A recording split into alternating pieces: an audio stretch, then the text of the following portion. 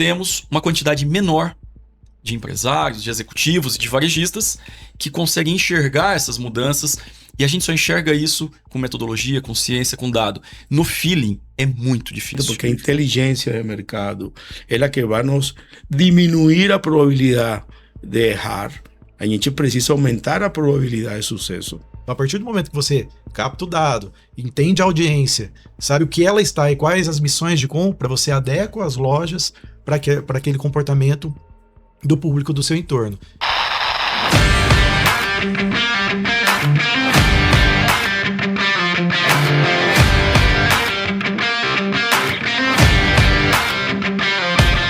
Olá, Rockers! Esse é o podcast da Rock in Cantec e hoje a gente vai conversar sobre comportamento de consumo e sobre expansão. Aqui a gente conversa sobre como o shopper pode entrar no centro das decisões no varejo. Comigo estão especialistas aqui sobre inteligência, sobre expansão, sobre o mercado, e a gente vai conversar um pouquinho sobre isso no momento atual aqui no nosso país. Estou aqui com José Leon Rodrigues, que é um executivo que está à frente do Assaí hoje, já abriu mais de 141 lojas, né? A mais recente agora em março, é isso? É isso. Em 1992, ajudou a fundar o Macro lá na Venezuela, Isso. que é da onde você vem. Também participou da fundação da Abas, super importante aqui no nosso país, em 2016. Tem formação de engenheiro mecânico. Isso. Muito interessante também.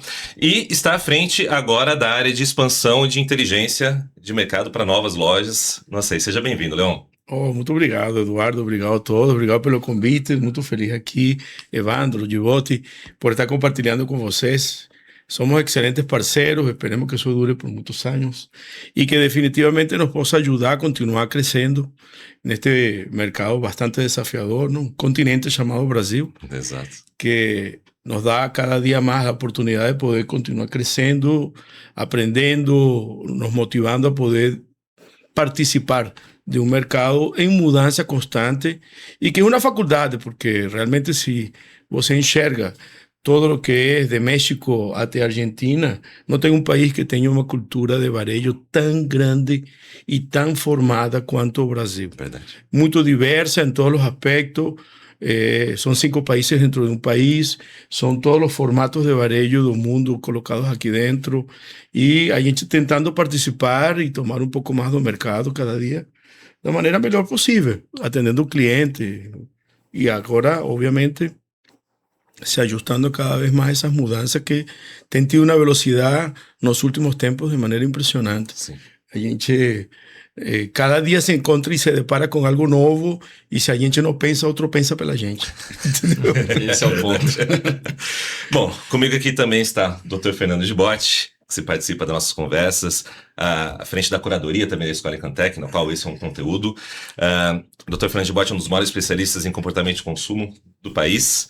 E junto aqui está também o Evandro Alampi, também especialista em geografia e metodologias de expansão de lojas e análises, né, geográficas. Também seja bem-vindo, Gibotti e Evandro. Obrigado. Obrigado, Donoso. Leon, é um prazer recebê-lo aqui com a gente. Prazer é meu, Gibotti.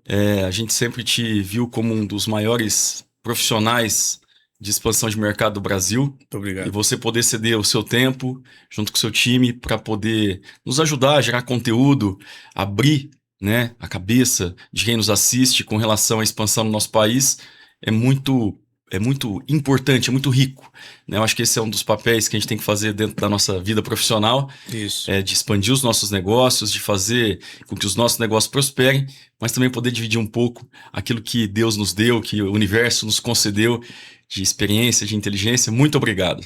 Sou eu quem agradece, realmente. Muito obrigado. Deixa eu também estender aqui meu obrigado. Obrigado, Leon. Obrigado, Gibotti. São dois profissionais aqui que me inspiram. Trabalho junto há anos com ambos, mais recente agora com o Leon, mas a trajetória dos dois me inspira muito aqui no desenvolver da minha carreira no varejo e na inteligência de mercado. E antes de entrar no conteúdo, eu gostaria de fazer um convite para você curtir este vídeo, compartilhar, seguir o nosso canal e ativar o sininho aqui para receber as notificações sempre que tiver um conteúdo novo. Bom, gente, para poder puxar o assunto, eu acho que a gente poderia até pegar um pouquinho do que o Leon já falou na abertura dele. Brasil É um continente. É um continente. A gente vê mudanças muito grandes acontecendo no nosso país, de maneira diferente em cada uma das regiões. Mas uma coisa é constante que todo mundo consegue observar. A velocidade que as coisas estão mudando é diferente da velocidade que se viu nas décadas anteriores.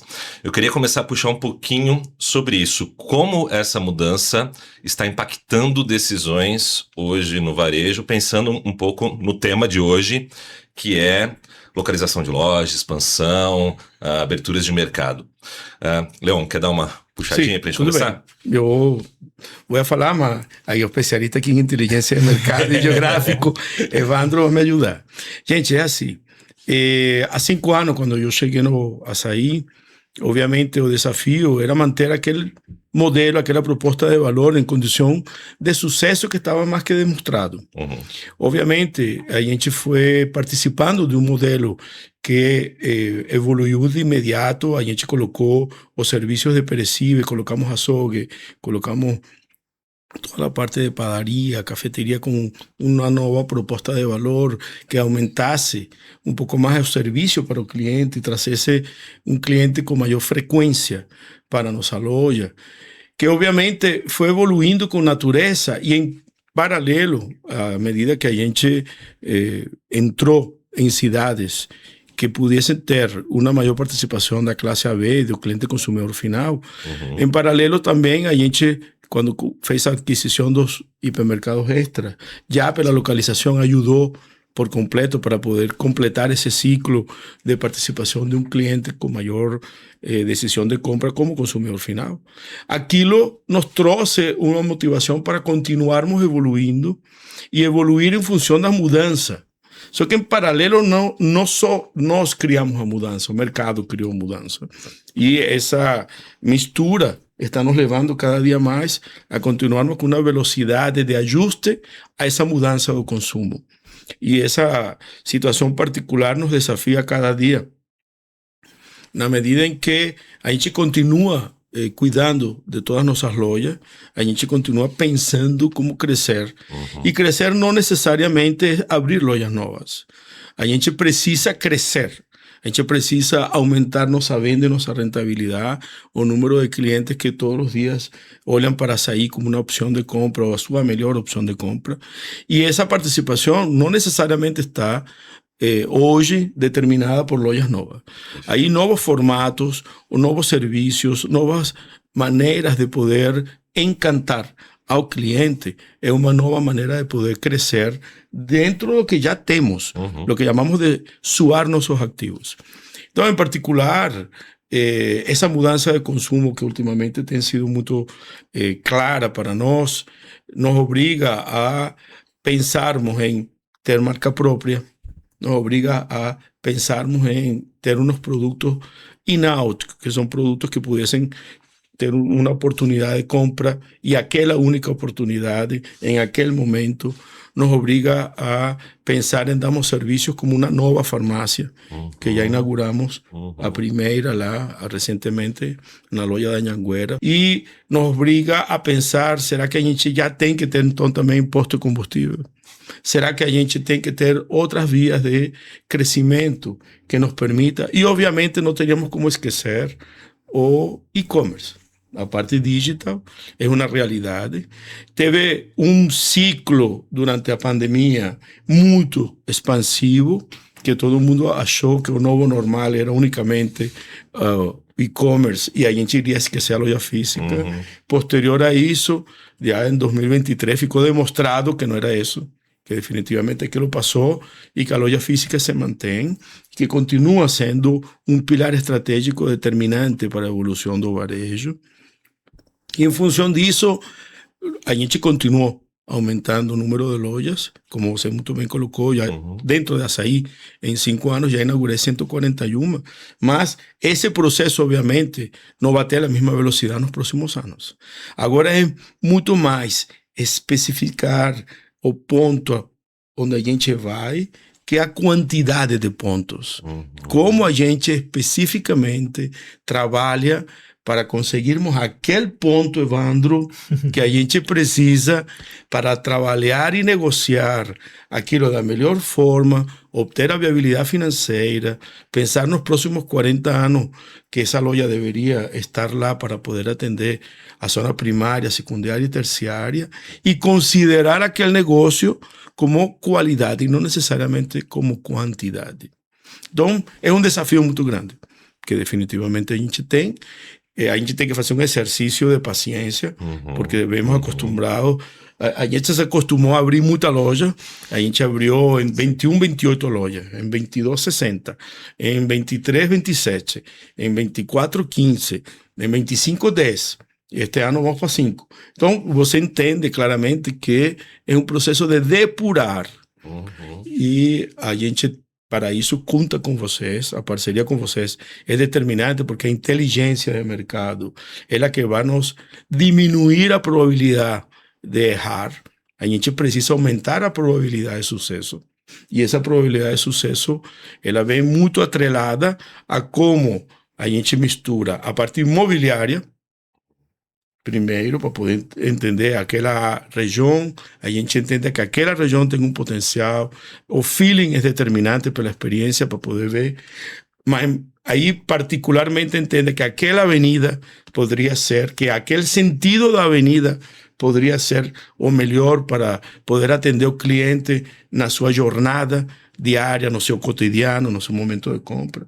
E particularmente aquele tamanho com aquele modelo de loja, para oferecer aquela proposta de valor com aquele serviço. Então é uma mistura que não é óbvia. Antes era muito mais óbvia. Antes era muito mais clara. É um modelo de negócio que já tinha sucesso, ninguém copiava, era repetição, era produção em série, manda brasa.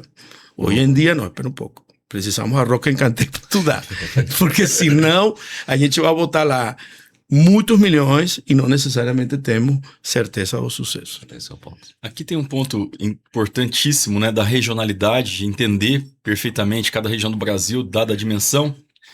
Mas voltando um passo atrás e contextualizando, eu tenho refletido muito sobre essa mudança do consumidor, sobre as mudanças sociais, né? Que o consumo é um reflexo de uma mudança social.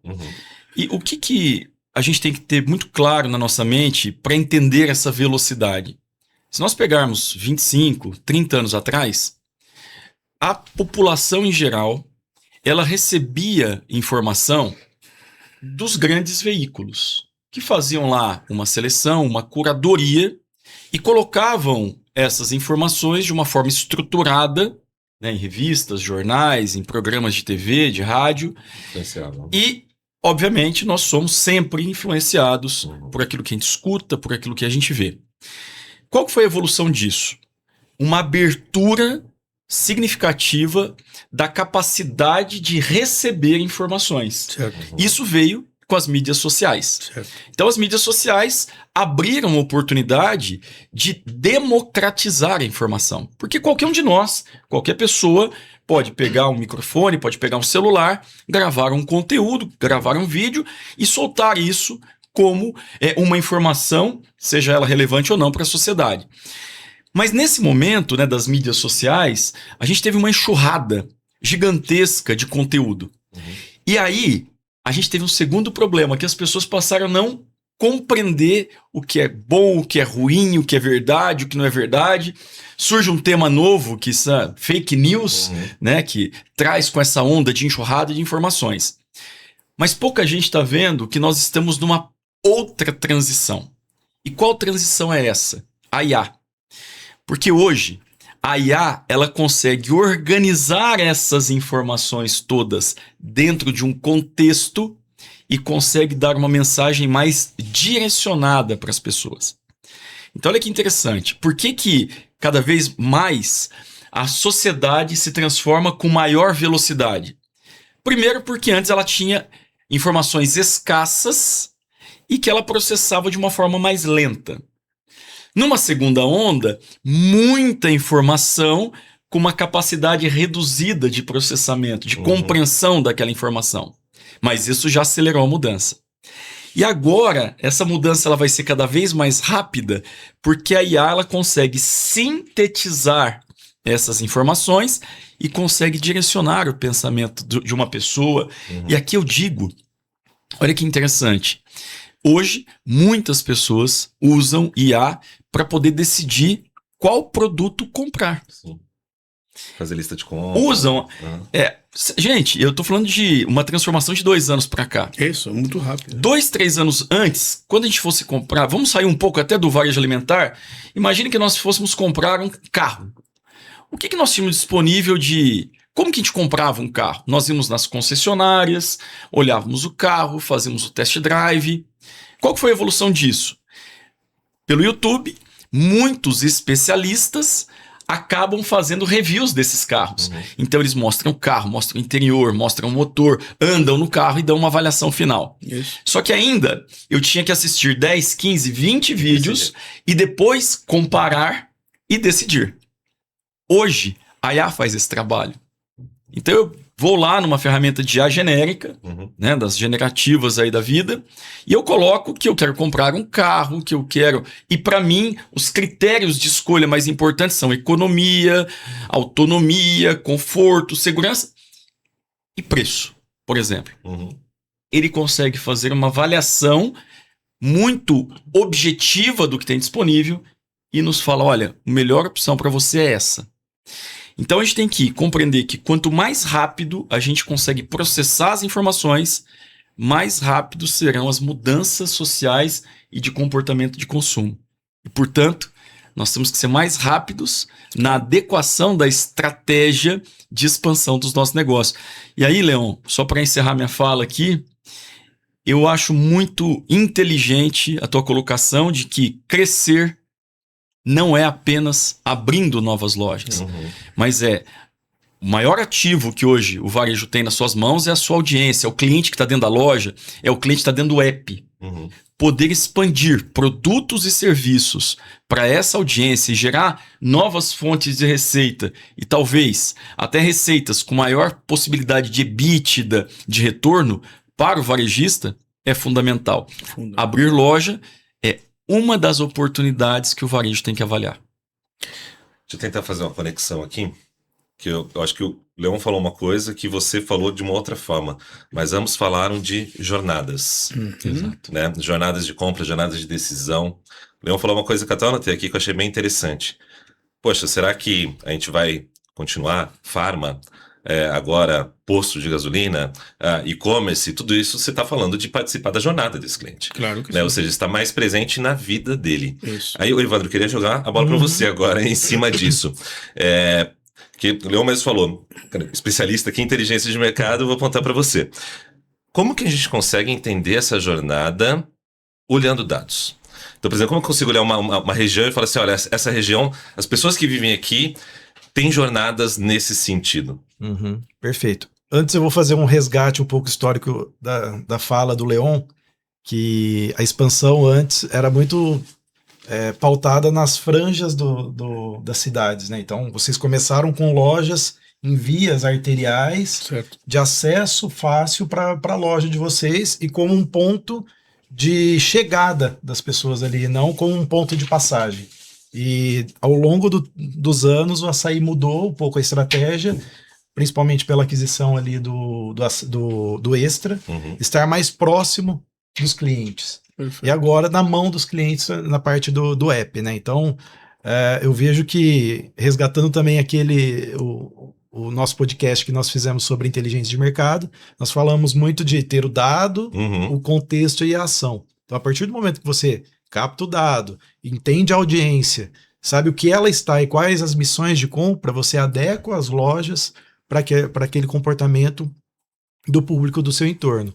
Então a gente entende o dado tanto demográfico daquela região, qual que é o perfil de consumo, qual que é a renda, faixa etária. Olhando para domicílios. Para os domicílios ali do entorno, a concorrência existente, então qual que é o contexto daquela concorrência e, poxa, vale a pena colocar uma loja nessa localização, qual o tipo de loja, qual que é o perfil de loja que eu tenho que colocar aqui, qual que é o mix de produtos, e se vai ser uma loja grande com uma área de vendas maior ou então uma loja menor para atender o público mais da vizinhança, né? Então, acho que a inteligência de mercado conduz esses 3 pilares e E aí o Gibotti traz a inteligência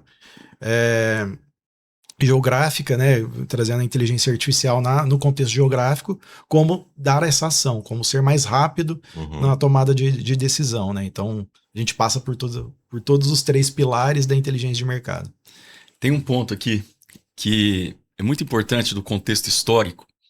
Eu quero falar disso. Se nós pensarmos... Estava pensando exatamente isso. Leon, pouca gente sabe sobre isso, mas isso foi parte da minha tese de doutorado. O ponto de virada do Google, o Google, ele quando ele surgiu, a principal ferramenta que indexava sites na internet era o Yahoo. Tanto é que existe um livro chamado Estou com Sorte, que descreve lá um pedaço da jornada dos executivos do Google, o Yahoo tentando comprar o Google, até usando técnicas ali de cansaço, enfim. Depois de ter perdido a oportunidade. Né? Mas o Google, todo mundo pensa que a virada do Google foi indexar automaticamente as páginas, né, usando web crawling, parsing, mas não foi isso. A virada do Google é que eles perceberam que os sites que tinham na internet naquele momento, que foi ali década de 90, eles muitas vezes não deixavam claramente explícito o que aquela empresa fazia. E o exemplo, que é clássico, é a GM, General Motors. Você entrava no site da General Motors e em nenhum momento o site declarava que a General Motors era uma fabricante de veículos, de automóveis. E tem uma obviedade nisso, né? Porque era uma marca muito forte, todo mundo, a população, as pessoas sabiam que a GM era uma fabricante de automóveis. Mas era um mundo novo, que era o mundo da internet. Então, quando os crawlers passavam pela página da General Motors, eles não conseguiam indexar. Então, quando você procurava fábrica de automóveis, nunca a General Motors era apresentada no resultado de busca. O que o Google sacou? Que ele precisava considerar o contexto daquela página. Óbvio. O que, do ponto de vista técnico, foi chamado de texto âncora estendido. E quando ele passou a observar não só palavras-chave dentro do site, mas o contexto que aquelas palavras estavam inseridas, ele se tornou a maior empresa do mundo e a história mais recente a gente já conhece.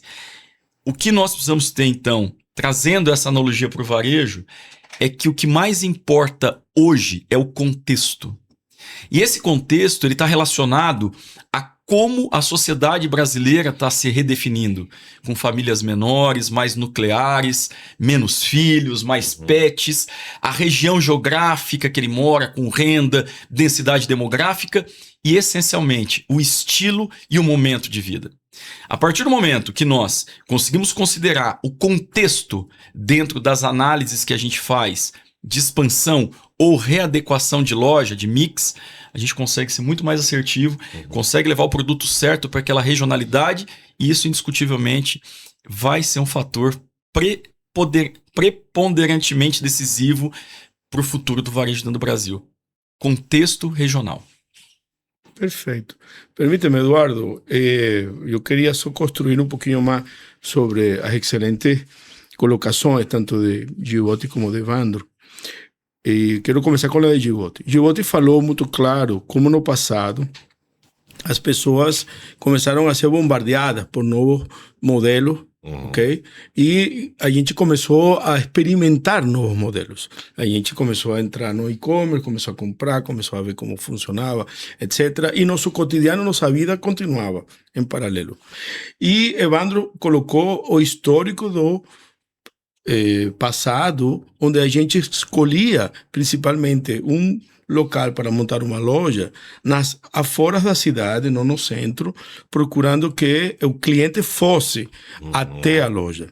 Se você enxerga a história do varejo, é uma somatória de mudanças que elas têm vindo tanto no consumo como na geografia. E a realidade nossa, desde o ponto de vista do dia a dia, é que a gente vai se adequando a lo que a gente definiu que é melhor para nós. Então, pronto. Aí você tem quem não desce do prédio para comprar nada e definitivamente todo chega pelo e-commerce. Tem quem ainda sai com seu carro e quer escolher a fruta e os legumes, ok? E tem quem definitivamente faz o pedido e é recebido, porque já decidiu, dentro desse mundo de opções, que a história nos permitiu depurar, qual é o modelo, qual é a conduta de consumo de cada quem. E isso depende do cotidiano, da rotina, da vida, do momento que cada quem, do tempo que cada quem tem, e como as pessoas pudessem enxergar o momento de compra como um prazer. Sim. Não tem outra opção. Você vê que a mídia social roubou tempo de outras ações. E por ter tomado tempo, tem uma decisão que é mais prioritário. Me dedicar a ir ao mercado ou deixo que outro faça isso por mim. Quando você fala, Gibotti, da inteligência artificial, ela tira a tática do processo por completo. Quando você falou, eu vou comprar um carro e eu tenho que ver 20 vídeos para decidir qual é o carro, isso é tático. Aí a inteligência artificial te entregou, este carro, pode ir e comprar. Entendeu? Então, é um processo evolutivo sobre aquilo que a gente já deseja e já depurou pelo que o leque de opções te oferece. Então está claro. Aí, obviamente, cada vez mais fica mais difícil decidir, olha, será que dentro desse leque de opções que meu cliente potencial tem e minha região potencial de venda tem, justifica uma loja de X metros quadrados ou justifica uma loja de Y metros quadrados com outro tipo de serviço adicional, ou a expectativa de meu cliente seria que em esse lugar, naquele local, ele deveria ter uma loja com estas características. E aquilo é determinante para poder ter sucesso. Determinante. Para poder chegar e saber que a viabilidade financeira é diretamente proporcional ao gosto do cliente. É ele quem decide, não é a gente. Perfeito. É ele que decide.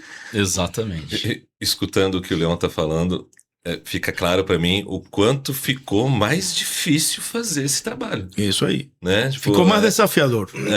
Porque é como a gente falou, né? Igual você falou, antes as opções talvez fossem menores, né? Já tinham menos opções a serem feitas. E hoje a jornada é tão múltipla que talvez você precise fazer escolhas difíceis, né?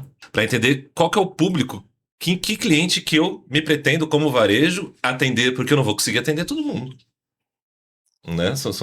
Antigamente era mais ou menos não. É a loja de todo mundo. Estou aberto para atender todas as jornadas, todos os tipos de público, talvez.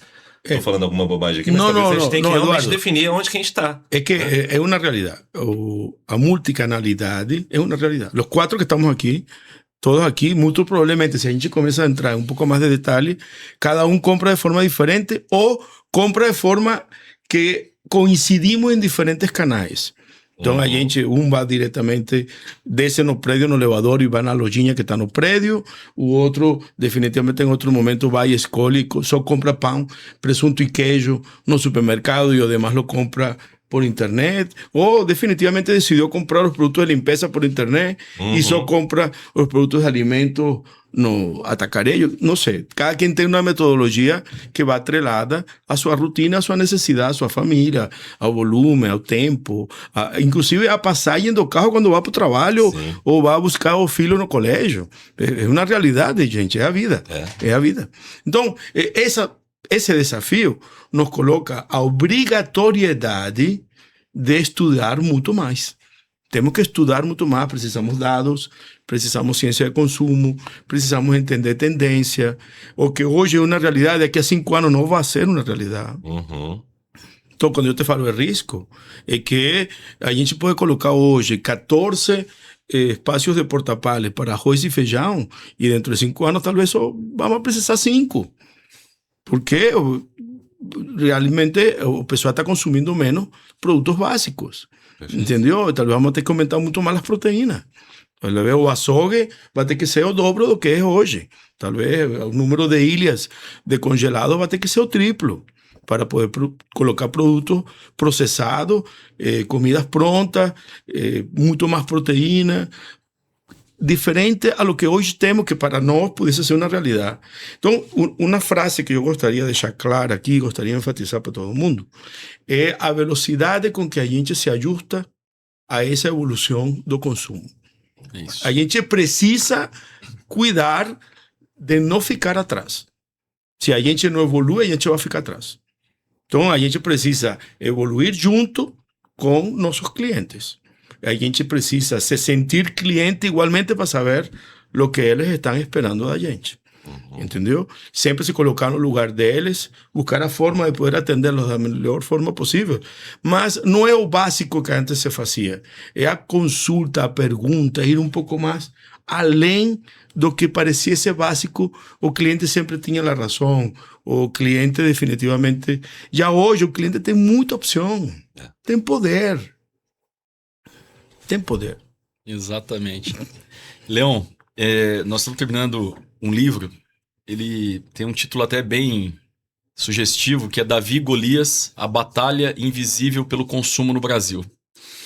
E estudando historicamente as movimentações que aconteceram no varejo alimentar, né, a gente teve momentos de quebra de paradigma, né? Então a entrada do Carrefour no Brasil, lá atrás, mudou o paradigma da forma da relação da indústria com o distribuidor, com o varejista.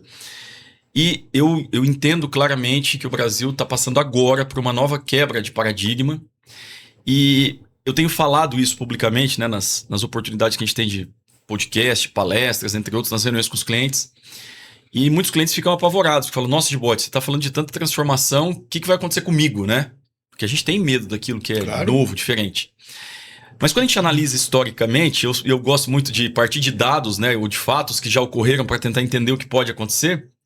A gente vê que, historicamente, se a gente dividir o varejo numa pirâmide, dentro dessas transformações maiores que aconteceram, uma parte que está aqui na base vai desaparecer.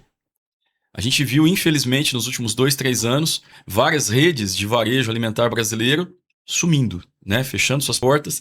Até teve uma rede que é de Campinas, super tradicional. Coincidentemente, da sacada do apartamento da minha filha, eu vi a fachada da loja. E no dia que estava sendo desmontada a fachada, tirando a logomarca, eu estava no apartamento, que foi o final de semana, e eu filmei. E eu fiquei muito triste, né? Porque é muito triste quando você vê uma família ali que trabalhou décadas em cima de um propósito, em cima de um negócio, que veio do avô, passou para o pai, estava com o filho e provavelmente iria para o neto, ser desmontada. Então uma pequena parte, uma parte aqui na base da pirâmide, vai desaparecer do mercado.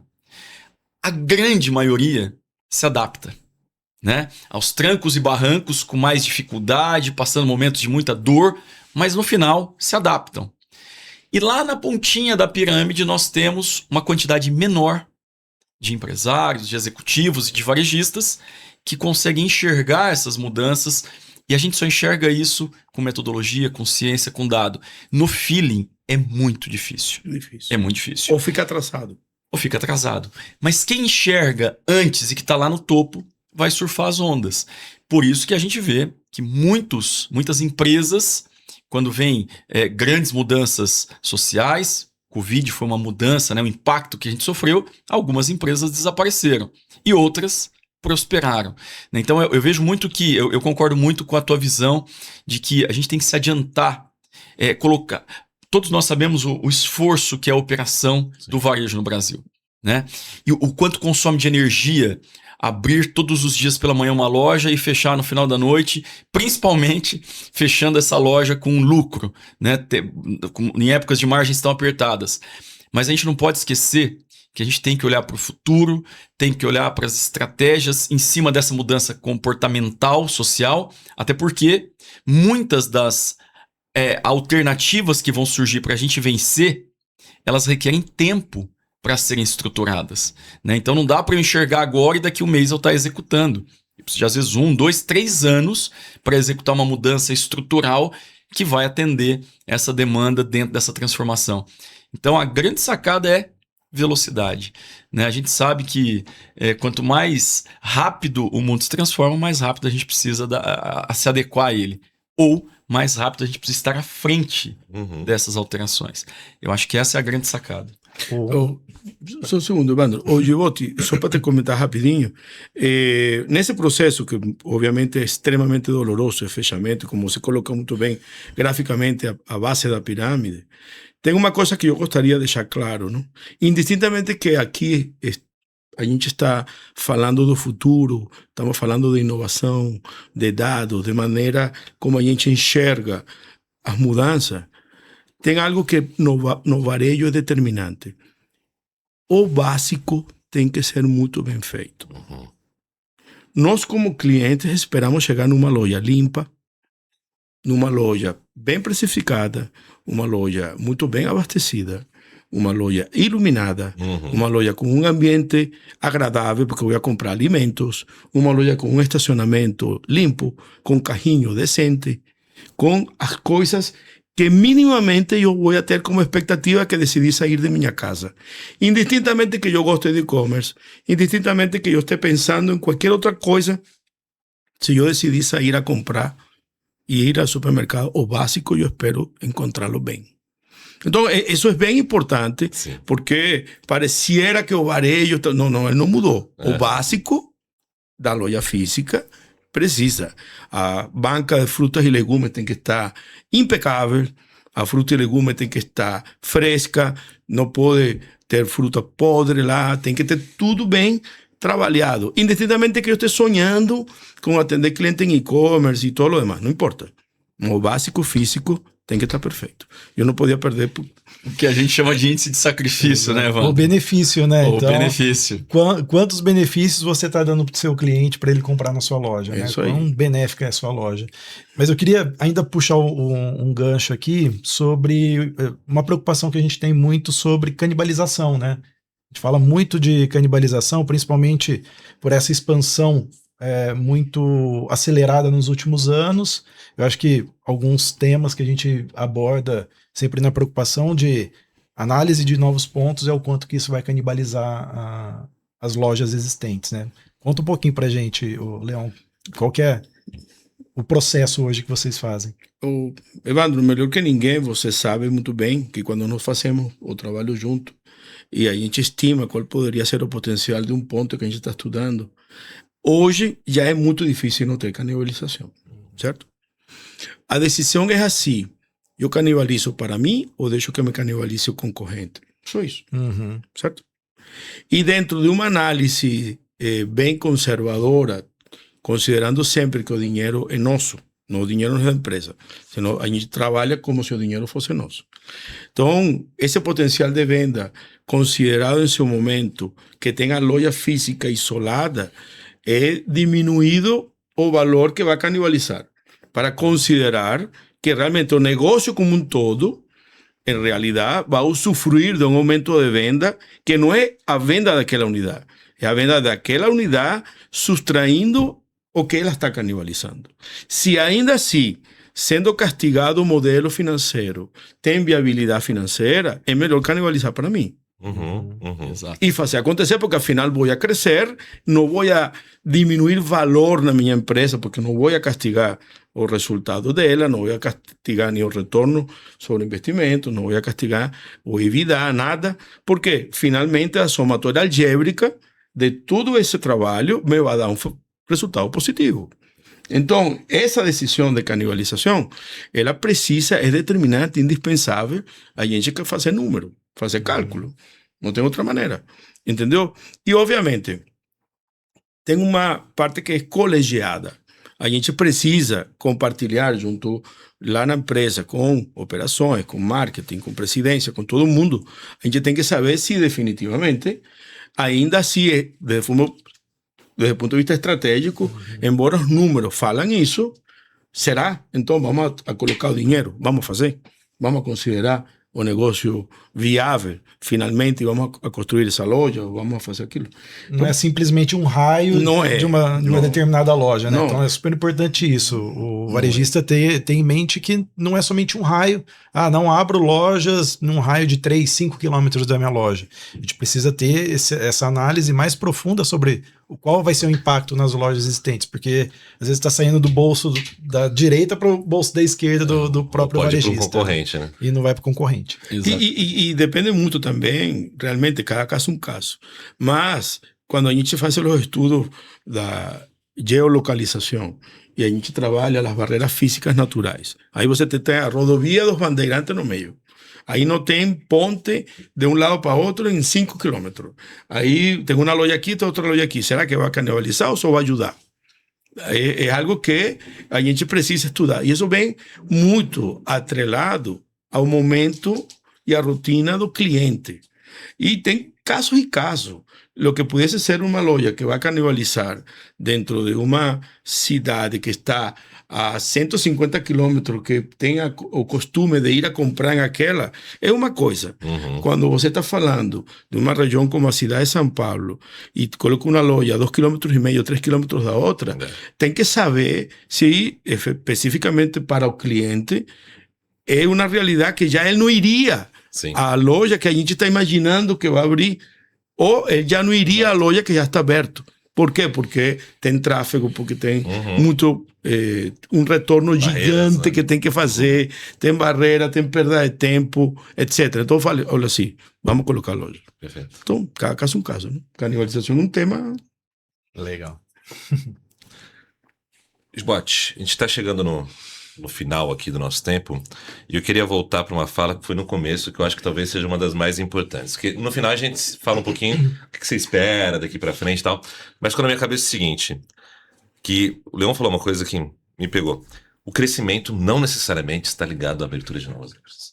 E a gente está falando tanto aqui sobre entender a jornada do cliente, mudança de layout de loja, ampliar formas do negócio, farmácia, posto, enfim, ampliar a maneira como eu monetizo, talvez, a minha audiência. Eu queria escutar a tua opinião e depois vou jogar essa mesma pergunta para vocês.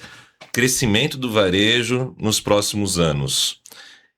A expansão é importante, muito pouco. Como você está vendo isso?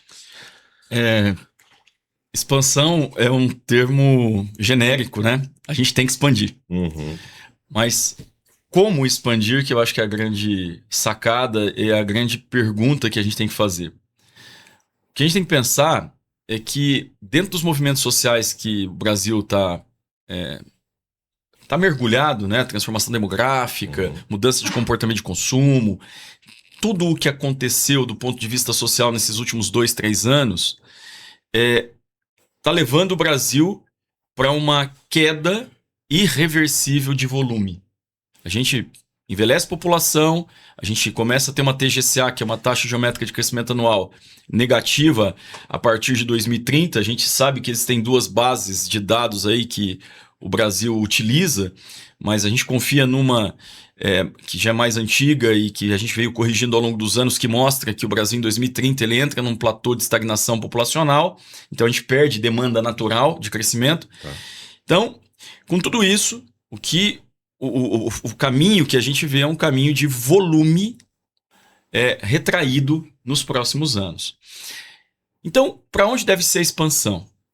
Para tudo aquilo que a gente consegue oferecer dentro do momento de vida daquele cliente e que seja uma necessidade do cliente.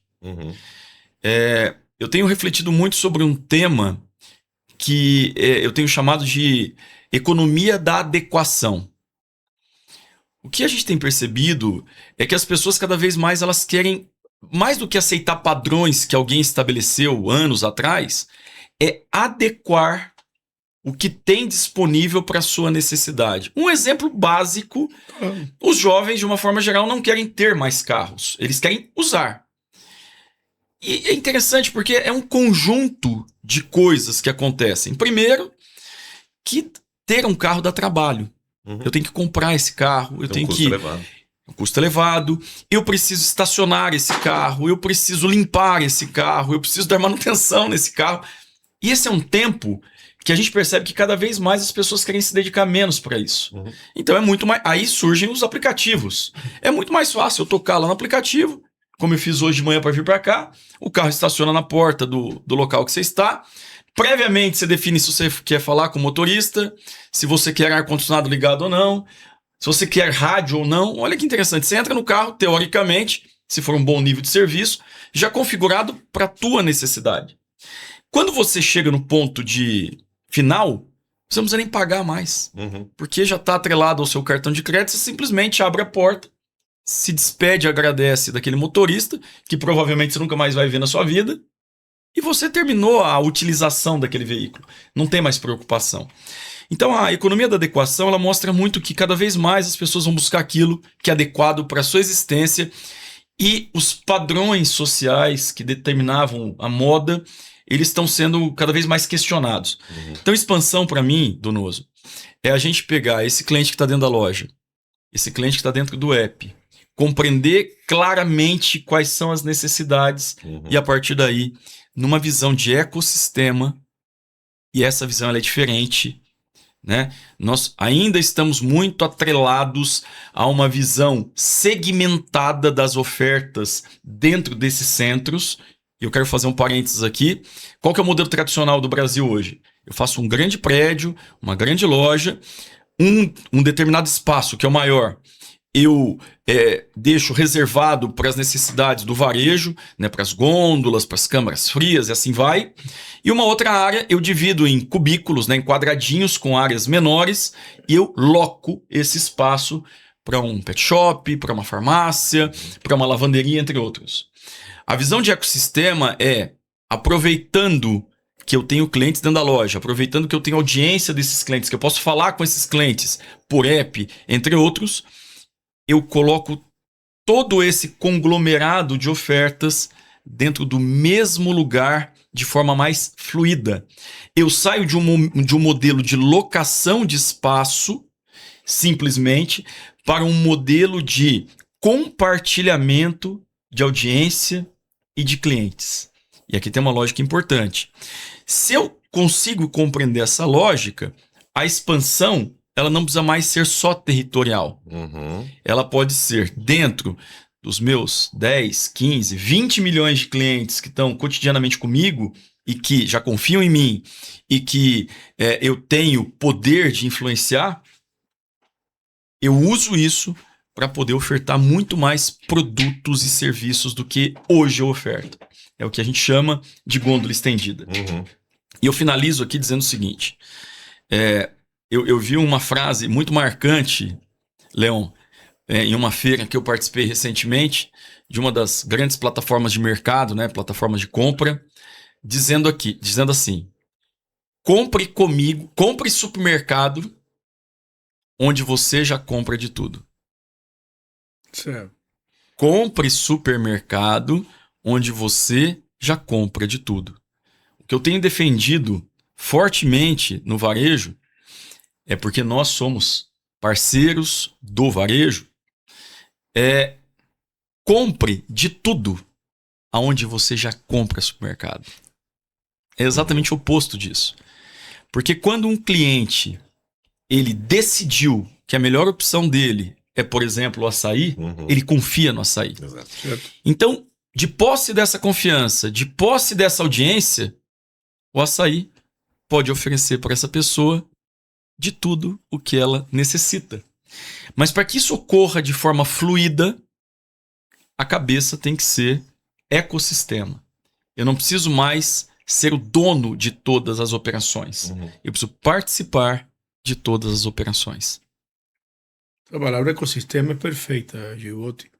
Eu estava te ouvindo e estava fazendo assim uma lembrança do conceito de hipermercado, que é todo no mesmo lugar. Fazer a compra e você consegue, naquela área que loca, os cubículos, como você muito bem colocou, todo no mesmo lugar. Aí quando você fala, coloca todo no app e faz o ecossistema, é todo no mesmo lugar. O conceito não mudou, só que facilitou o processo. Exato. E ajustou, trouxe inovação. Vem trazendo para o cliente uma maior versatilidade e uma maior facilidade. Tanto que o grande desafio é no aplicativo, a compra já não é física, já não precisa perder tempo. Já decide o que vai comprar, já tem lá 11 preços, 11 cotações, decide onde vai. É o ecossistema.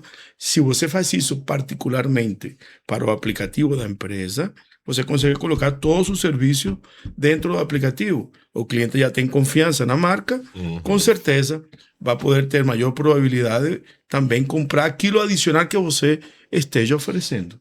Então, e se você não é proprietário, como você bem colocou, e você está adicionando todas aquelas opções que já fisicamente existem, obviamente você está fazendo que o cliente tenha muitíssimo maior facilidade para comprar e a probabilidade de comprar é muito maior.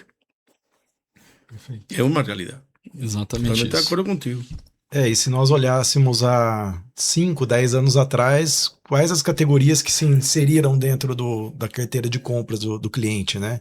Então, hoje nós estamos vendo aí algumas lojas com seções muito maiores de suplementos, de bebidas Nossa, aí temos sem álcool. saudabilidade, suplemento, Coisa que nós não tínhamos há 5, 10 anos atrás. Então, a gente precisa também entender o comportamento e aplicar isso dentro do potencial de consumo, né? Então, o que mudou dessas categorias até hoje para o entendimento de um potencial de uma nova loja, quais as categorias que a loja já executa e quais as categorias que ela precisa incrementar dentro do seu mix de produtos também, nessa análise é super importante para a manutenção da base de lojas existente, né? a velocidade de se ajustar às mudanças, não? Isso. É isso aí. Perfeito. Gente, acho que chegamos ao limite nosso de tempo. Passa super rápido, né? Quando a gente começa a conversar assim. Quando está agradável é muito mais rápido. Né? Mas eu queria agradecer a presença de vocês, Gibotti, Evandro, Leon, obrigado pela disponibilidade de estar conversando aqui com a gente. Obrigado a vocês por considerar açaí importante para poder participar e compartilhar conteúdo. Muito obrigado.